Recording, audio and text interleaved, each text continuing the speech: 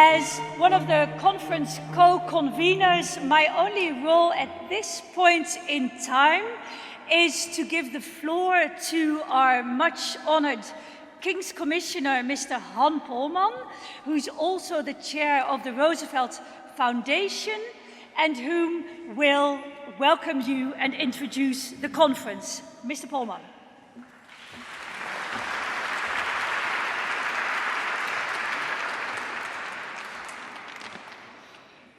Thank you, Barbara. Your Excellency, Mr. Mayor, honorable speakers, delegates, ladies and gentlemen. I know you come from everywhere from the world, our beautiful world. And maybe you expected to see snow here in the Netherlands. But I really can assure you, it's because you are here. Today, 17th December 2015, is the warmest day we ever had in the Netherlands on the 17th. Thank you for coming to us. Thank you. Well, in the future days, which we seek to make secure, we look forward to a world founded upon 4 essential human freedoms. That was what Franklin Delano Roosevelt told the American Congress on the 6th January 1941. He went on to set out the importance of the freedom of speech and expression, the freedom of worship, and the freedom from want and from fear, everywhere in the world.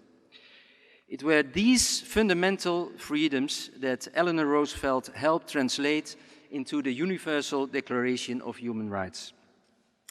And as the King's Commissioner in the province of Zeeland, as a governor of Zeeland and chair of the Roosevelt Foundation, it's a great honor to host this conference together with the University College Roosevelt and the Roosevelt Study Center. We really have a Roosevelt triangle here in Zeeland, and of course it's because the Roosevelt legacy inspires us, also today and in the future, but we are very proud that the Roosevelts came from Zeeland when they immigrated in the 17th century to the United States, so they have their roots here, and we are very proud of that.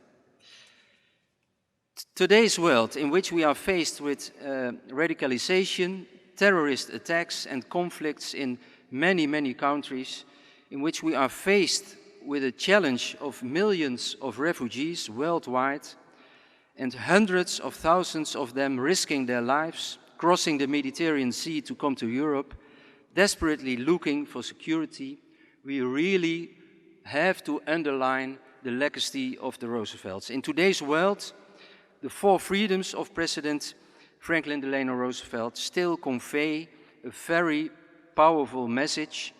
It really are the guidelines for people like you and me, for education, but also for people in public administration, for my mayors to have the right policy to make organizations work for refugees. Really, the 4 freedoms are the guidelines for governing today. They were once described as our best defense against corruption of democracy, our shield against the forces of intolerance and fanaticism, our commitment to erase hunger and poverty from the earth, and our effort to reach collective security. So, we are very proud having you here. We are very proud having the Minister, Mrs. Jet Bussemaker, here. We can't enough emphasize that education, knowledge is important for social development, for economic development, also in my province, in this Delta province of the Netherlands. And so we are very glad that the Minister supports us in plans, we call it Campus Zeeland, to make the good connections between schools, knowledge institutions, business people and government. Thank you very much, Minister, for supporting us in the right ideas and to support us making it a good implementation. The 4 Freedoms Laureate, we had him here. Years ago, Nelson Mandela, he was standing here. He once said, "Education is the most powerful weapon which you can use to change the world." And I really wish you, because you have a special task in that, the best of luck in discussing the way in which education can play a role in strengthening human rights and the Roosevelt legacy for the people in the world. I wish you a very good Congress. Thank you very much.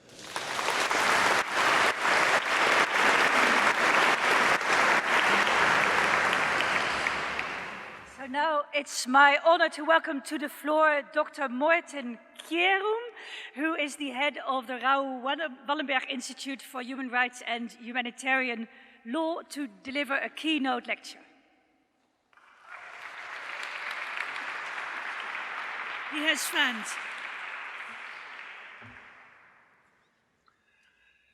Thank you very much, Minister, King's Commissioner, Mayor, ladies and gentlemen. Thank you very much for the invitation to come to speak here today, to address you in these fabulous surroundings. What a beautiful room, historical room with a lot of beauty.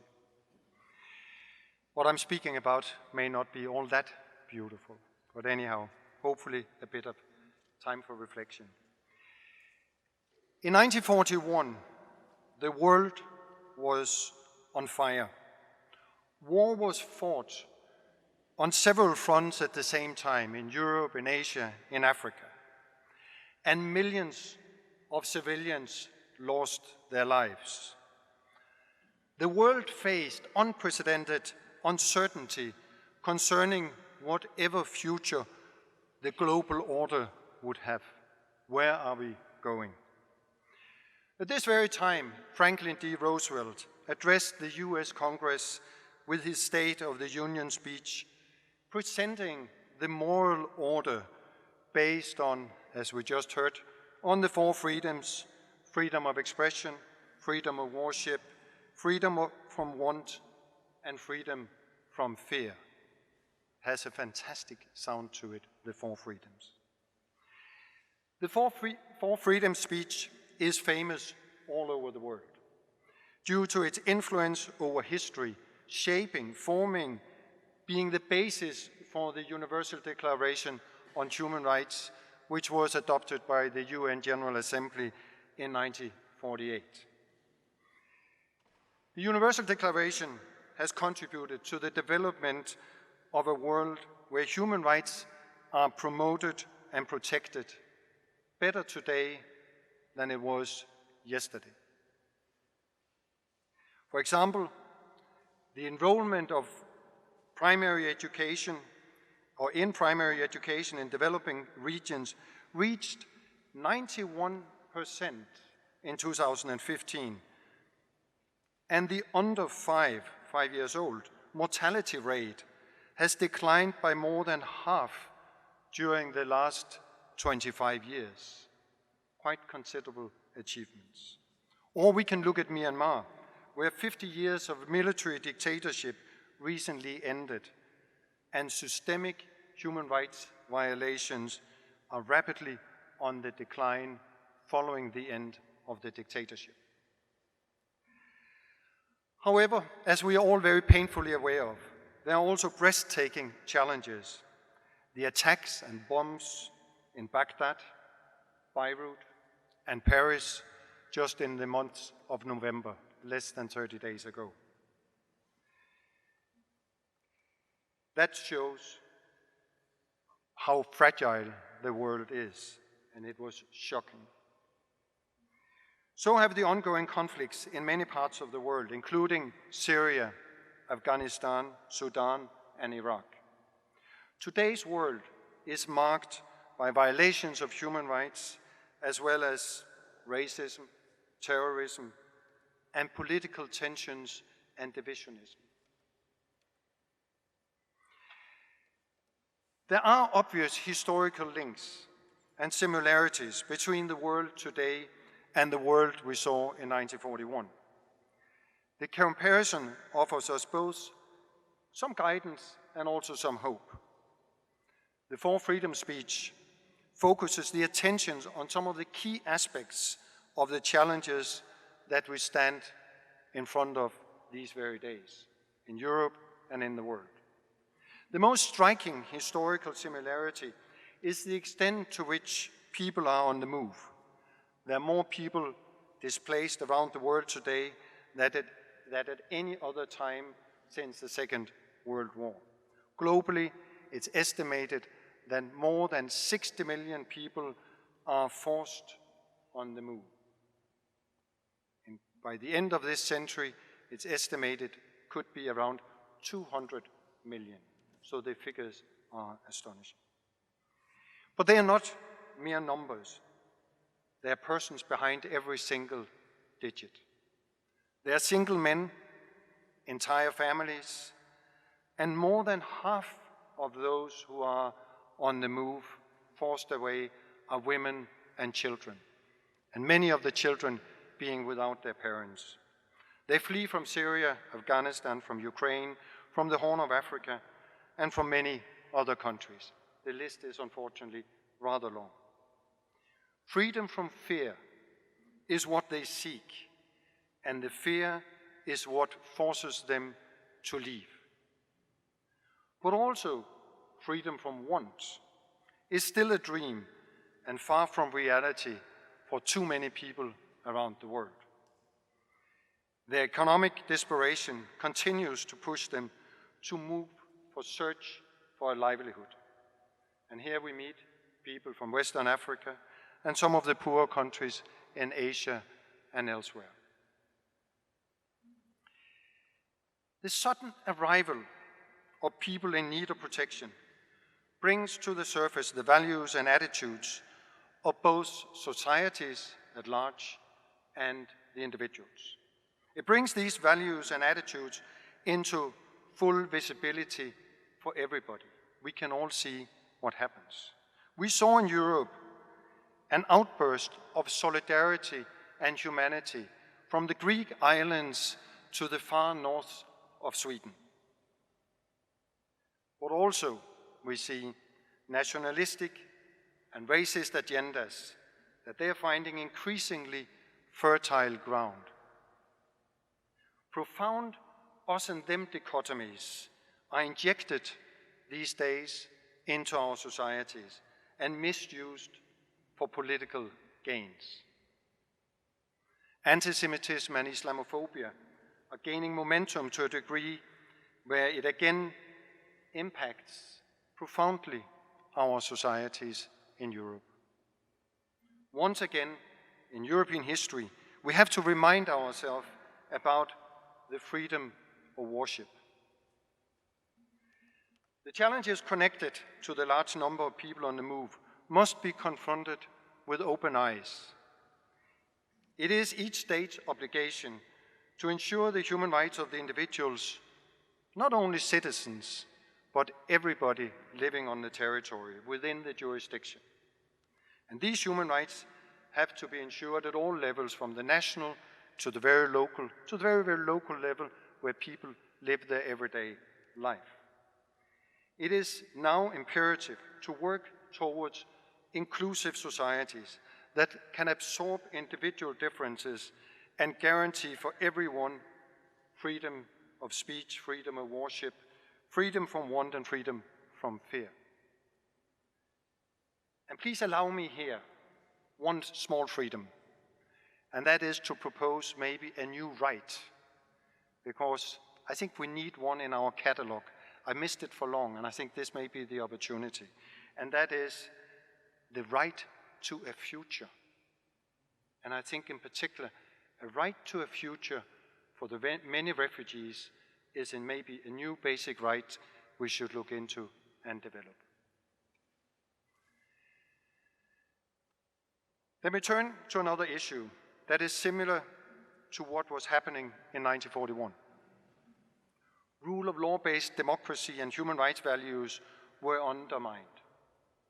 Franklin D. Roosevelt saw a world where human rights and rule of law values were under blatant attack by Hitler and his allies. Democratic institutions were systematically dismantled and ignored. and the attitudes and values that were given legitimacy by the Nazi Germany, and sadly, we should not forget, shared by many throughout Europe, throughout the world, led to the atrocities of the Second World War. In that context, it's always important to remember that Hitler was democratically elected on a platform of hate. Let's not forget that. Let's not fool ourselves. Currently in 2015, the threats to democracy, rule of law, and human rights might not be as obvious as they were, of course, in 1941. There are differences. But the threats are there nonetheless. A shrinking democratic and human rights space is a reality in the world today. Globally, we witness that civil society is under attack, and the possibility to speak and create awareness about key human rights concerns is met either by brutal force or sophisticated methods, but with the same result of silencing important voices, including many journalists around the world these days. New legislation governing the media puts severe restrictions on the possibilities to report. Do we know what happens? Not necessarily. We are not being told. Freedom of expression is definitely challenged. In parallel, the independence of key democratic institutions, such as the courts and ombuds institutions, are systematically eroded in many places. No doubt that economic inequalities and the failure to achieve the freedom from want are factors contributing to these developments that are threatening democracy, rule of law, and human rights. And here I really want to quote once more Roosevelt. He said, "The liberty of a democracy is not safe if its business system does not provide employment and produce and distribute goods in such a way as to sustain an acceptable standard of living." This point deserves to be repeated in 2015. Globally, social and economic inequality is now more severe than at any time since the days of Franklin D. Roosevelt. Governments are not able to ensure that their populations have the conditions to live their lives with their basic needs provided for. At the same time, thanks to increased transparency, people witness how small groups of elites gets richer and richer, and how corruption undermines ordinary people's right to education, right to health, right to a fair trial, and many other basic rights. I've traveled Europe and I've traveled the world quite a bit for some years. And I must say, I am detecting an increasing anger and frustration. An anger and frustration that we should not ignore in relation to the socio-economic relations in the world today. I would also like to remind you that the social and economic inequalities has a disproportionate impact on women, especially on women who are already disadvantaged.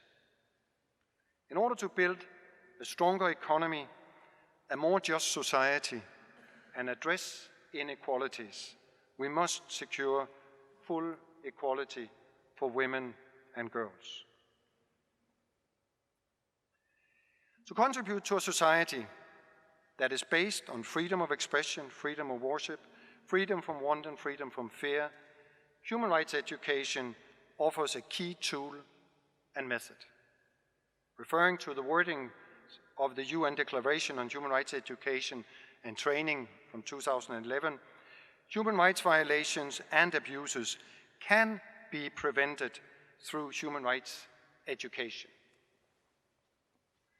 Individuals can be empowered through this education, empowered to contribute to the building and promotion of a universal culture of human rights.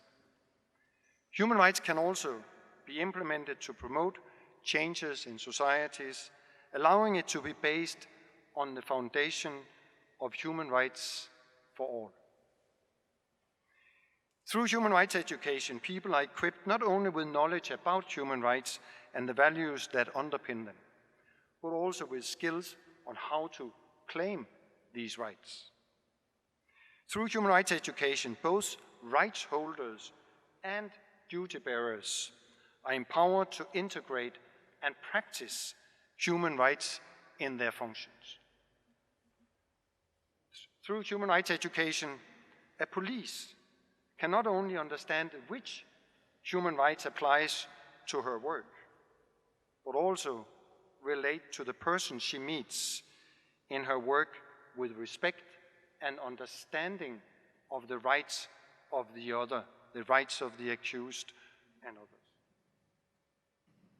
In a society with rising political tensions, decreasing respect for persons from different countries, racism, and decreasing trust in police and other institutions, human rights education becomes even more important. It becomes a tool to regain trust or develop trust if it was never there. All of us have a responsibility to protect and promote human rights within our sphere, some with high positions in our society, high responsibilities, such as representatives of states and governments, some in smaller communities, municipalities, but down to the smallest little community, namely the family. Everywhere it is about respect and dignity, the respect and dignity that we show to others. Human rights education provides the tool to make this happen. Returning to Franklin D. Roosevelt and his proclamation of the global advancement of the four freedoms as a strategy to respond to the challenges of the time, we should acknowledge that we now, in our time, share many of the same challenges as back then. With this acknowledgement, we should take to our heart the Four Freedoms Project. And the road to a new moral order is laid out for us, and the project has four strategic aims. First, to diminish fear and flight, building and promoting human rights-based democracies. Two, get rid of us and them dichotomies, and let's together build inclusive societies.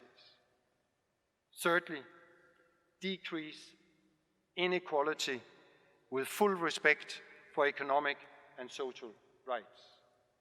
And fourthly, and maybe most importantly, address this shrinking space with an expansion of democracy and human rights.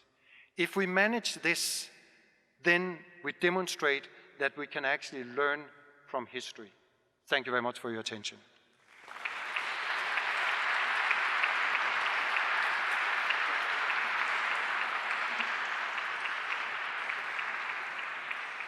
Thank you. Thank you so much, Dr. Morton Kim, for your keynote speech. One of the hosts of this conference is a small liberal arts and science college here in Middelburg, the University College Roosevelt. And this college has its own choir, the Roosevelt College Choir, that will now perform a number of songs for us. I gladly give the floor to the Roosevelt College Choir.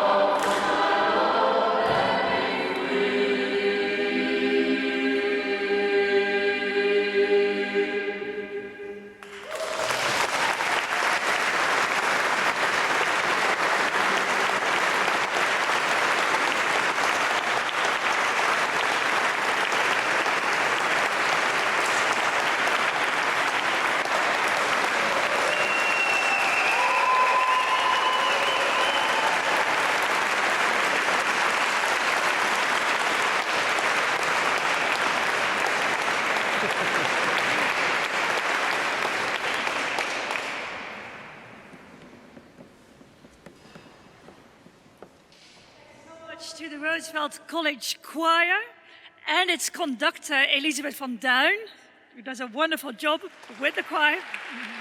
Is it Blom?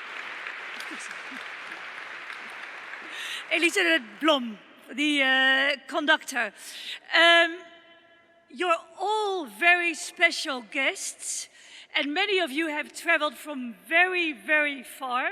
But I'd like to give the floor to one very special guest, and that's our Minister of Education, Jet Bussemaker, someone who very much promotes human rights education in Dutch education, who promotes social engagement of universities. She was in Amsterdam this afternoon to hand out the Prix de Rome. This is the last week before the Christmas break and a very busy political week in The Hague. And this is why we so much appreciate her presence here tonight. Dr. Bussemaker.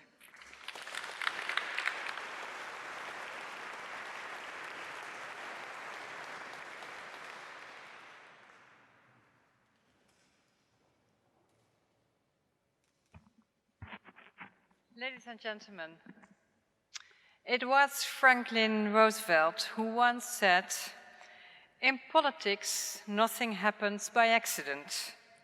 If it happens, then you can bet it was planned that way." President Roosevelt did great things for our world. We might even say that he is the reason that we are here this evening. However, I'm afraid I'm not in full agreement with his sentiment. It just so happens that I have a small role in a play about our former queen, Juliana, on Saturday. She was a monarch who truly felt involved in world politics. Believe it or not, this weekend I'll be playing the part of Eleanor Roosevelt, which is a great honor for me personally. Now that this coincidental honor has come my way, I'd like to make use of it by having Eleanor's be my guide during my speech today. Borrowing a number of her quotes, I'd like to reflect on how I, as a Minister of Education, look at human rights education. Ladies and gentlemen, the terrorist attacks in Paris on November 13 have served to make this conference all the more topical. We have all seen the seas of flowers at the sites of the attacks, the candles burning on street corners in a city we all know and love. And perhaps you have also seen the clip of the French boy telling a reporter that there are weapons and people who do bad things. But his father tells him that we have flowers. I think that clip is so touching because we all know that flowers and candles cannot protect us in a literal sense. But they do express something of the values that millions of people all over the world share. Equality, dignity, liberty, justice. We might see human rights as the flowers and the candles of our democracy. They are delicate, but they have great universal power. They represent values shared by all cultures and religious traditions, and they are available to everyone. For you are vested with human rights and children's rights when you are born into this world. And still, each new generation must learn the fundamentals. It's today that we must create the world of the future, Eleanor says. Human rights are not for later when you are grown up. Young people are citizens too. They are already part of our democracy, at home, at school, and out in public.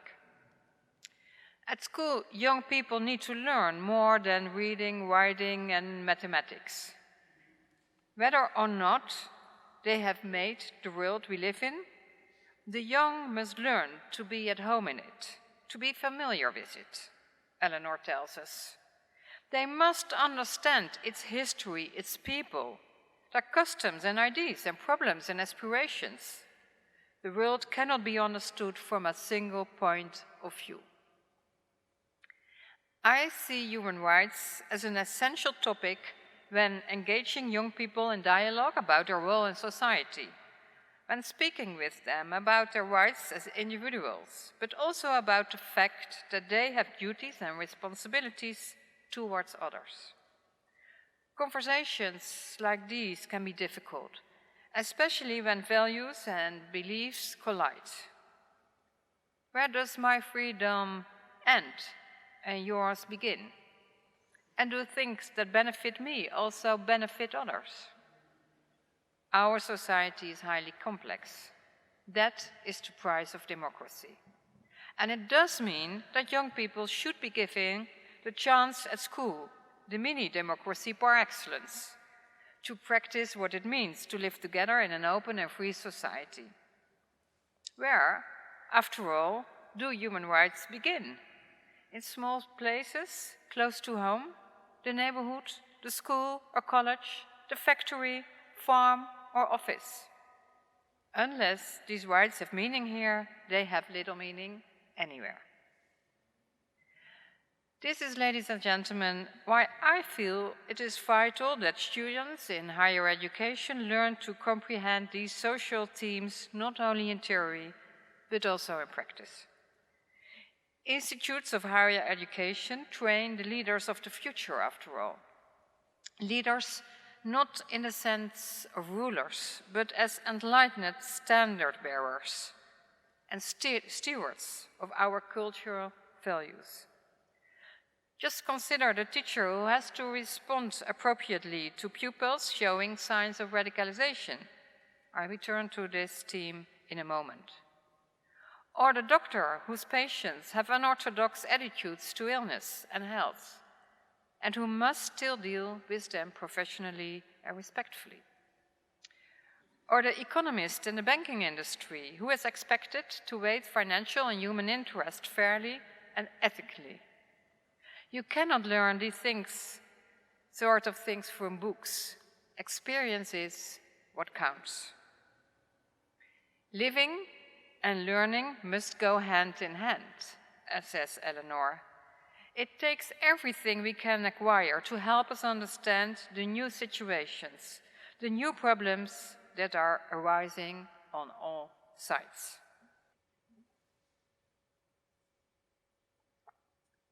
Ladies and gentlemen, I served as director of the Amsterdam University of Applied Science for a while. At the time, we already had quite a few refugee students, and I was really struck by the effect they had on our Dutch students, who got a first-hand glimpse into the world of the refugee. For instance, they saw someone of their own age who had lost everything, yet who still had the discipline to burn the midnight oil for a solid week before an important exam. Experiences and encounters like these can be quite unsettling for young people. The wider world suddenly becomes very real. That forces them out of their comfort zone. But I also feel that experiences like these are key to understanding others. This brings me to primary education, secondary education, and secondary vocational education. What happens there? Formally, all primary and secondary school pupils receive lessons on citizenship. This includes human rights. Schools can decide for themselves what they teach, because the teachers are in the best position to gauge the needs of their pupils. At the primary level, the concept of the peaceful school has been a resounding success. Pupils in secondary education attend guest lectures, get acquainted with local politics, or participate in debates on social themes. And following the Charlie Hebdo attacks, pupils at the vocational school in Rotterdam engaged in a Socratic dialogue about living in a city with 174 nationalities. And I'm immensely pleased that we have entrusted our schools with the responsibility to teach citizenship and human rights on their own. But there's also a downside. And that is that not every school is capable of getting the most out of this freedom in their curriculum.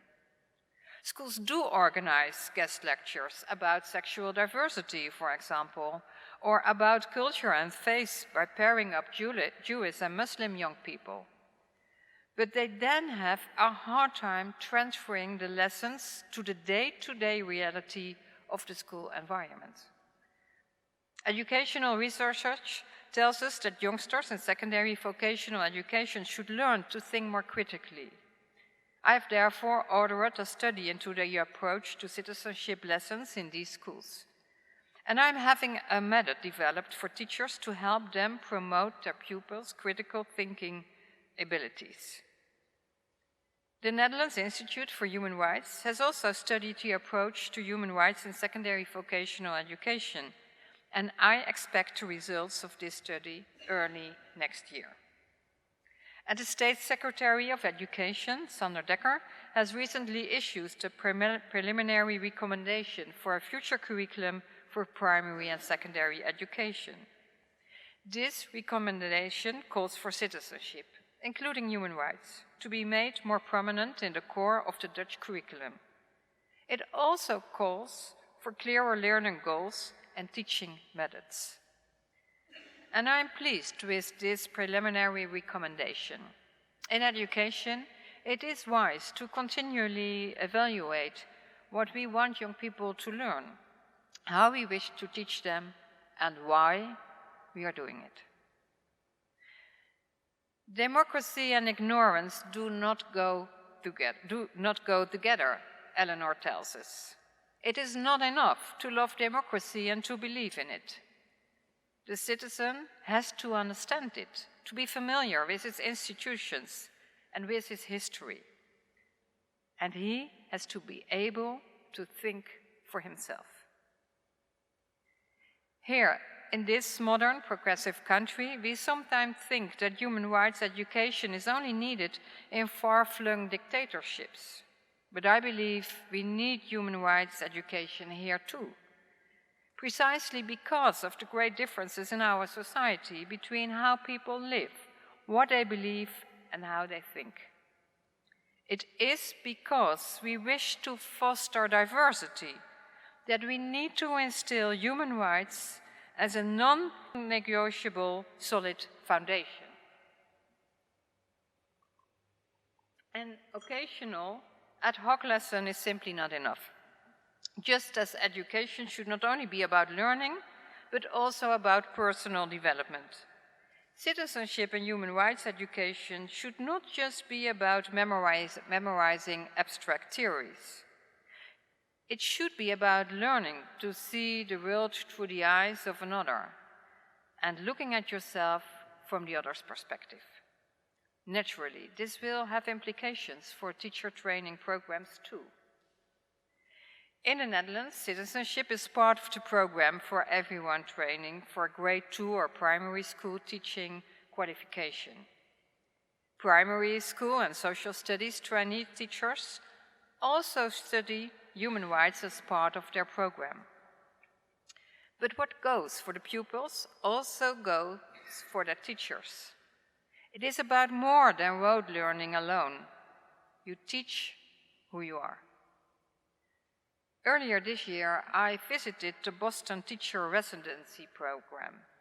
The students I met told me, as a teacher, you don't just teach. You help to build the future of your nation by ensuring that each new generation gets a good education. I really believe in teachers as nation builders, as standard bearers and role models. But I'm also aware that this formative task can be complex, especially in this day and age. For instance, if pupils express radical ideas in class that run contrary to democratic values, or if pupils simply reject other perspectives out of hand? How should you as a teacher respond if you know that your pupils are watching videos on beheadings? How do you deal with a schoolgirl who thinks her future is in Syria as the bride of an ISIS soldier? How do you teach and convince young people that just because they have seen something on YouTube doesn't mean it's true and that they need to think for themselves? Situations like these are complicated and difficult. This is why I want all aspiring teachers to be well prepared for them, to be the guardian of Eleanor's small places, and to truly comprehend that there's more than one way to look at the world. You, as a teacher, must be aware of your own background, ideas, and moral frameworks, whether you teach French, economics, or physics.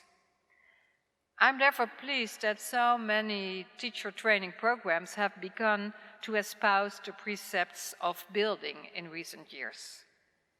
And together with the teacher training colleges, we are also currently developing a learning method for trainee teachers that will help them to hold dialogues in their class about complex topics such as homophobia, anti-Semitism, and Islamophobia. I also feel that experienced teachers should feel supported and capable of conducting difficult conversations with the pupils and of dealing with complex situations. We have therefore set up a platform and training programs to provide them with practical information and support for their citizenship classes, and to help them conduct difficult conversations in the classroom about topics like radicalization, refugees, and the value of the rule of law. I will also be highlighting the dangers of radicalization in education during the upcoming Dutch presidency of the EU. However, teachers also need to be able to count on support from nearby, from their administrators or management, and from each other. I was very impressed following the attacks in Paris to learn that a number of teachers worked through the weekend to put tips online for their fellow teachers and how to talk about the events in class. This is the really wonderful aspect of the freedom that I just mentioned. It encourages teachers to proactively put real thought into what needs to be done in the here and now, and not to wait for whoever is responsible for teaching citizenship and human rights to come up with a brilliant plan. Still, the human rights curriculum needs maintenance too, and I therefore call on teachers, pupils, students, principals, administrators of vocational programs, colleges and universities to enter into dialogue with one another about how to make human rights an explicit part of the discussion on radicalization and extremism, about how violence differs from flowers and candles, and what democracy requires of us every single day. And I will be engaging them in dialogue too in the months to come.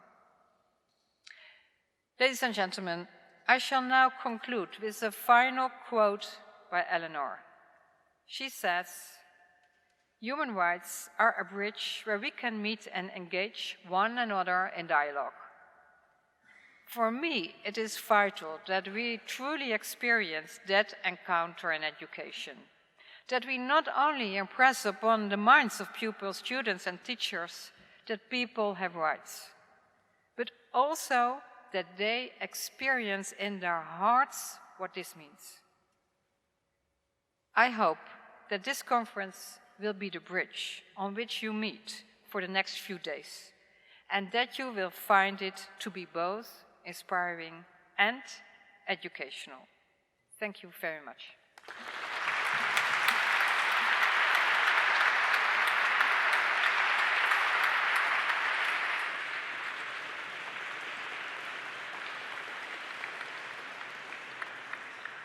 Thank you so much, Minister Bussemaker, for already taking up the part of Eleanor Roosevelt in this wonderful speech on human rights education and for your visionary work in that field in Dutch education. So we're here to open a conference, a very special conference, and I'd like to welcome to the floor 3 people who can tell us something about the background of the conference and about the expectations for the coming days. May I invite to the floor Dr. Sev Ovdovsky, the founding father of the International Human Rights Education Conference.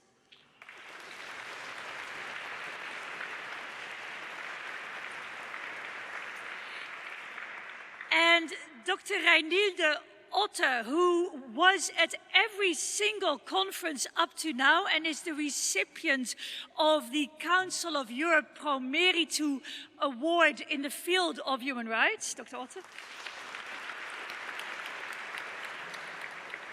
And last but most definitely not least, our student Ema Moz, chair of our Tabula Rasa newspaper and volunteer at this conference. Ema.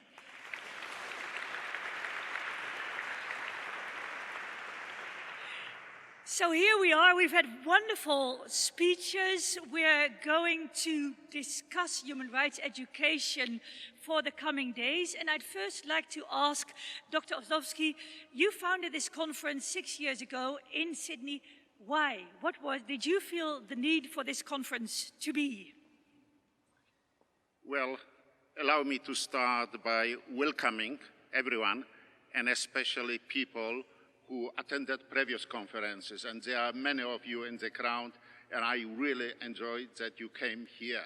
And also many thanks to you, Barbara, and to Frank for convening this excellent conference at a very short period of time, because the message, the agreement was reached in April to organize a conference, such an important conference in a short period of time, is an enormous achievement. My best congratulations. And everyone is talking here about the Roosevelt family and going to US and doing great things over there. Being from Australia, we think much more about Abel Tasman, who'd been there before the British. So I'm happy to be here in Holland, in a great country of Abel Tasman. Now, let's say a few words first about my journey with human rights. It started in communist Poland, and as you would know, Poland wasn't best known for civil and political liberties. Then I experienced refugee status for 2 years in Germany. Then I moved to Australia. And in Australia, I've been lucky that after a few years of initial settlement, I worked in human rights and made also a major contribution to multicultural policies of Australia. And these two things are very much interlinked and very important. And they are very important because human rights are kind of a Bible for diverse society. They are secular set of standards, how we should interact between different groups to ensure that every one of us get fair go and that everyone is empowered to make the fullest life in the society they are living in.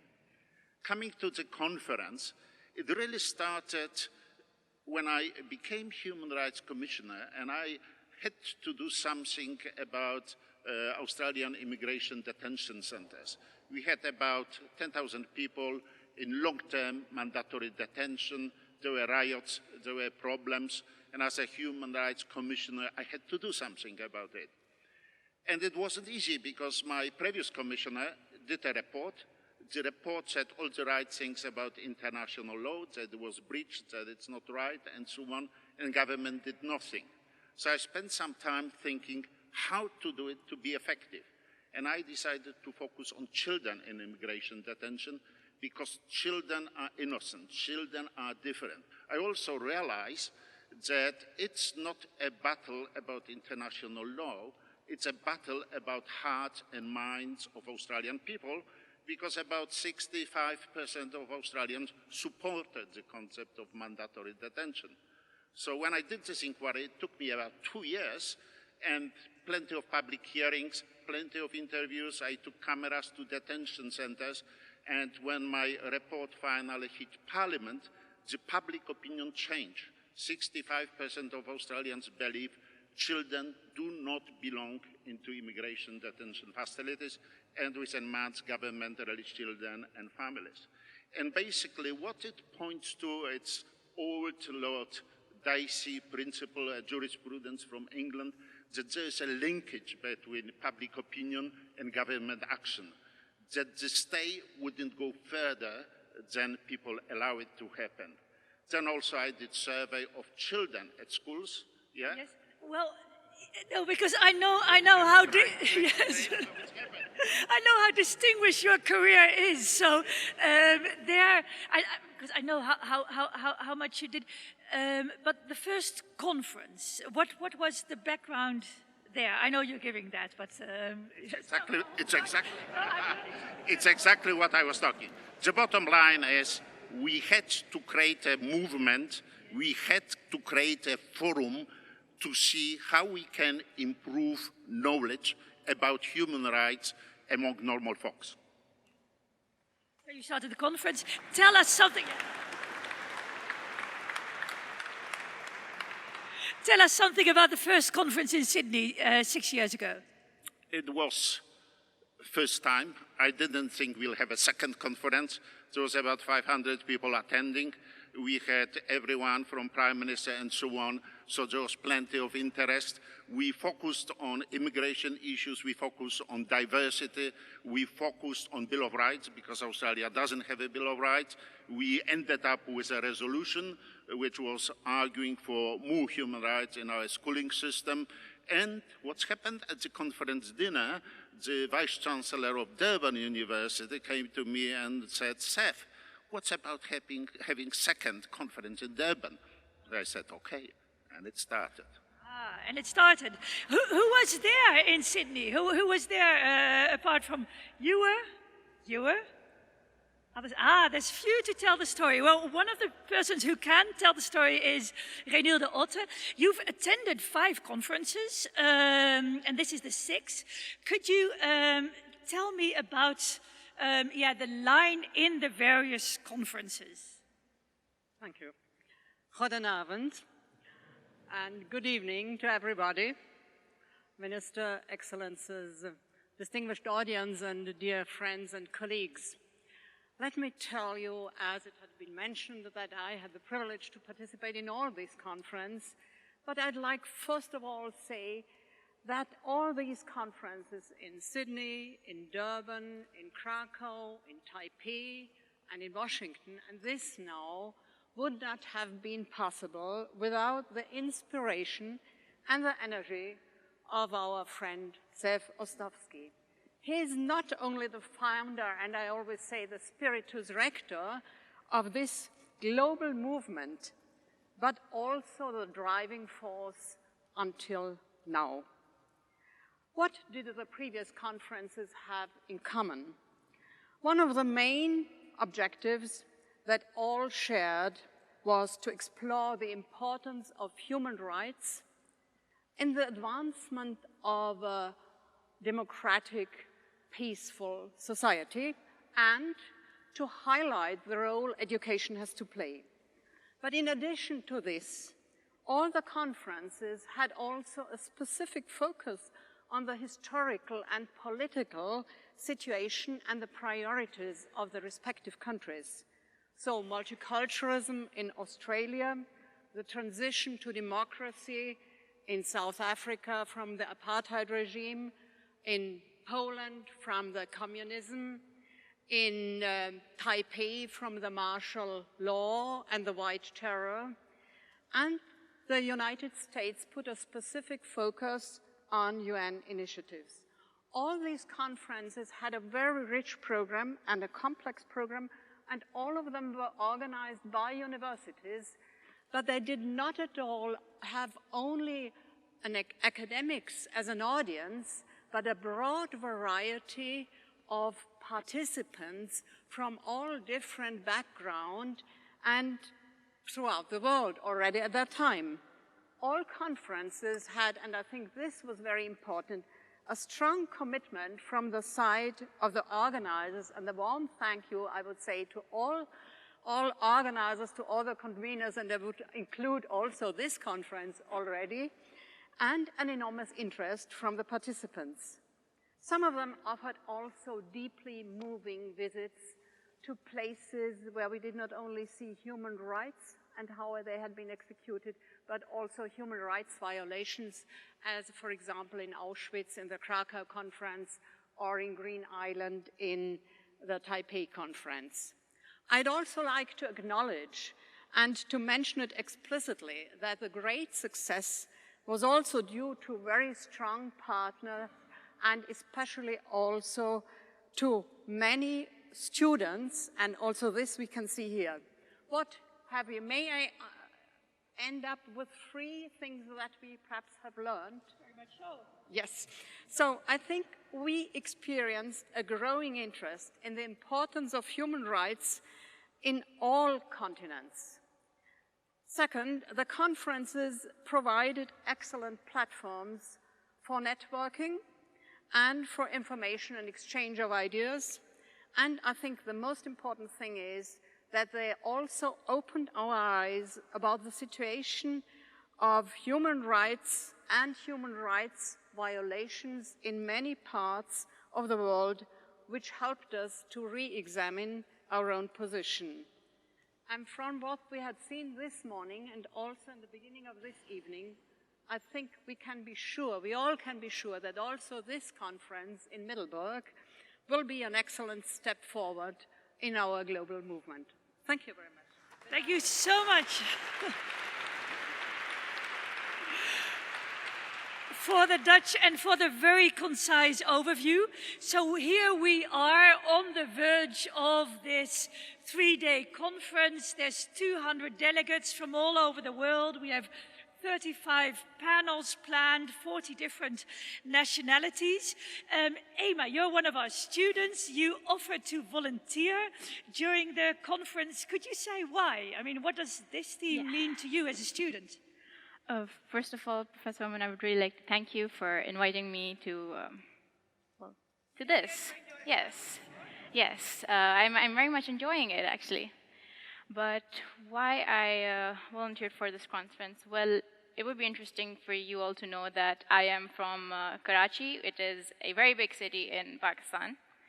And throughout my school years, my school had been very active in, NGO work and such. And I got to know a lot about the problems that my country was facing, a lot of other people in the rural areas were facing, and also other parts of the world.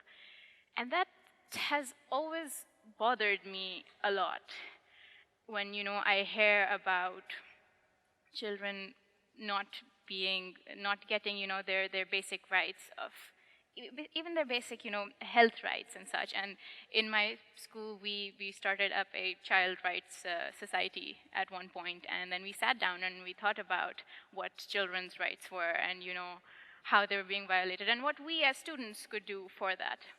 And I'm very passionate about that kind of thing. And, when I heard that such a conference was taking place in Middelburg, I said that I would like to be a part of it by, at least just attending lectures and such and getting to know what exactly human rights is, what's happening in other places of the world, so that ultimately I can know what I can do as an individual back home and basically get some inspiration out of all of you and, just see what work you're doing.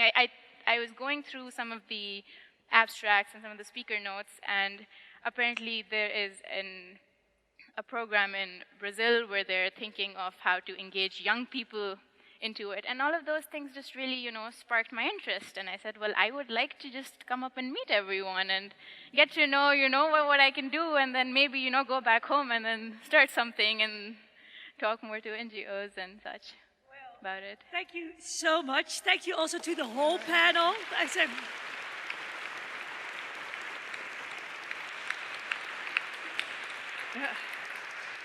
for founding the conference, for carrying the torch forward, and for being the new generation to get inspired here.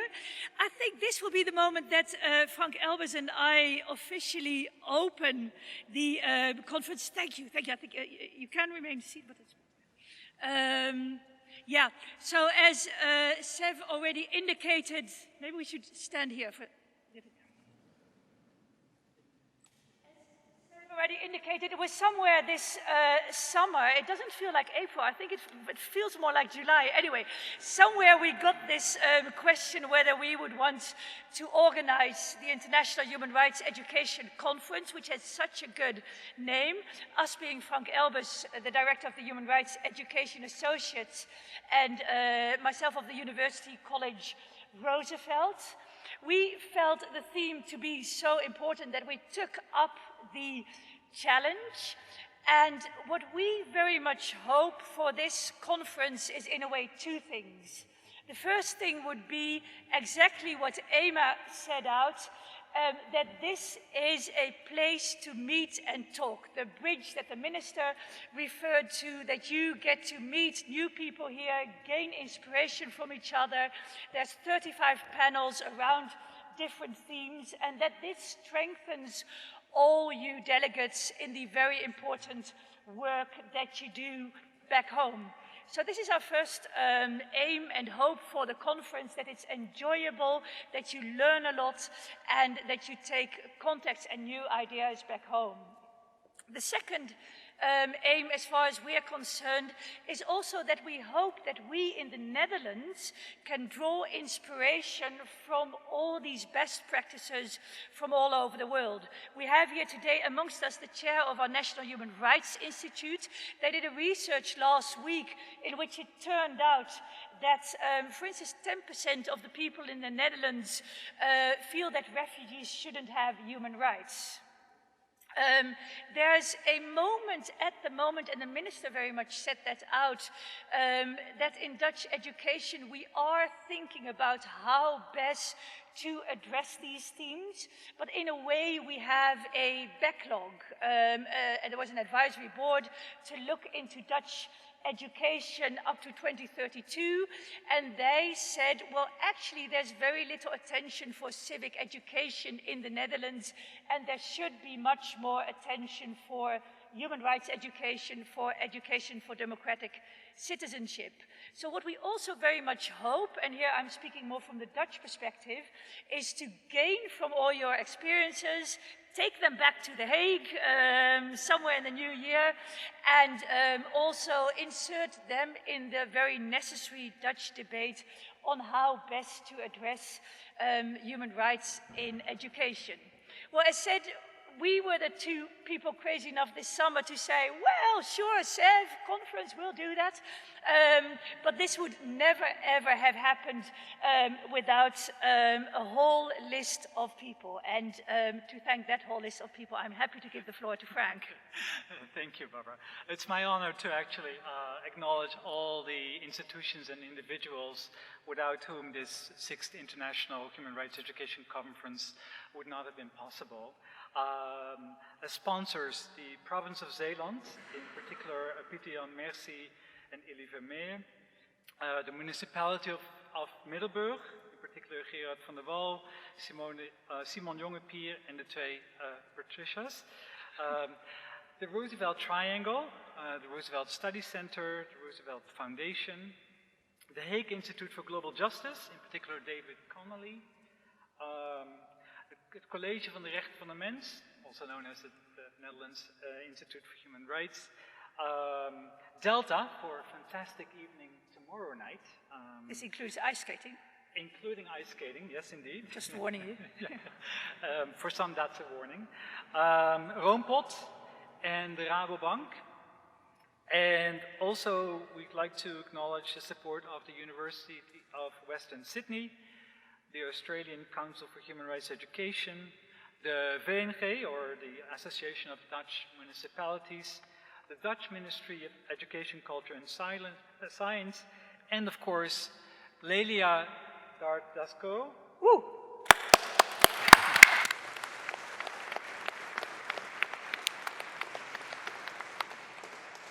Sophie Feintok.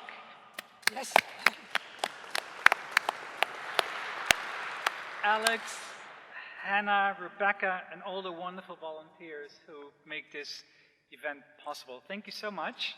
And I think there's a...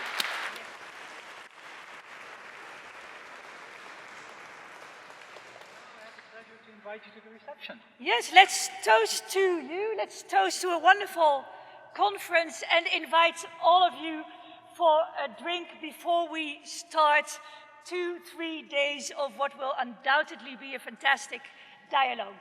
The conference is opened and we look forward to the reception and to our discussions. Thank you.